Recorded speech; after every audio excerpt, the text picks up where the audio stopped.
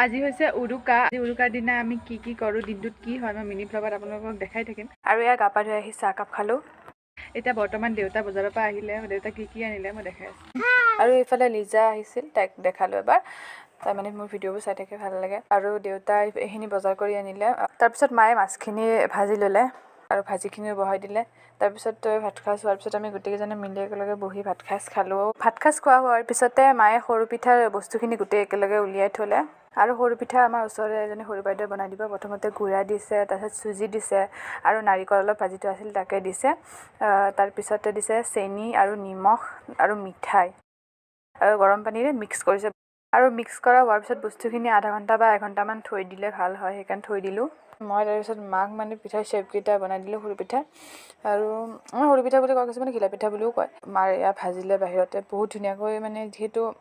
বিহুত আমাৰ সকলো বস্তু বাহিৰতে খৰিতে বনায় ভাল লাগে বিহু বুলি আৰু ঠাণ্ডাও যিহেতু তাৰপিছত গধূলিকৈ চাহ খাই ল'লোঁ আৰু এইফালে মই বনাব ধৰিছোঁ পনীৰ মানে প্ৰথমবাৰ বনোৱা বুলি ক'লেও ভুল নহয় এবাৰ বনাইছিলোঁ বহুত দিন আগতে এয়া বনালোঁ পনীৰখিনি হ'ল তাৰপিছত এয়া ভাজি কাটিব ধৰিছোঁ কাৰণ মানে পোলাও বনাব বোলে মুনু মাংসখিনি বনালে তাৰপিছত মুনু এইফালে পোলাও বনোৱাৰ যোগাৰ কৰিলে আৰু পোলাওখিনিতে ভেজিটেবলছখিনি আমি যিখিনি কাটিছিলোঁ সেইখিনি বস্তু দি দিলে তাৰপিছত চাউল দিব এতিয়া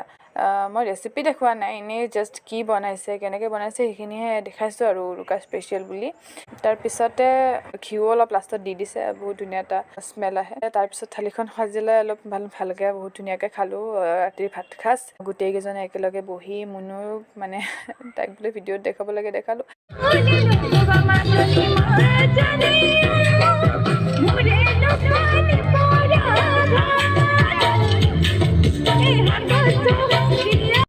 আৰু ৰাতি এনেদৰে বহুত ধুনীয়াকৈ আমি ডান্স কৰিলোঁ মই গান গালোঁ বহুত বেছি ভাল লাগিছে এনেকৈ ফূৰ্তি কৰি এনেও ভাল লাগে আৰু বাকী আপোনালোকক নেক্সট বিহুৰ মিনি ব্লগত লগ পাম বাই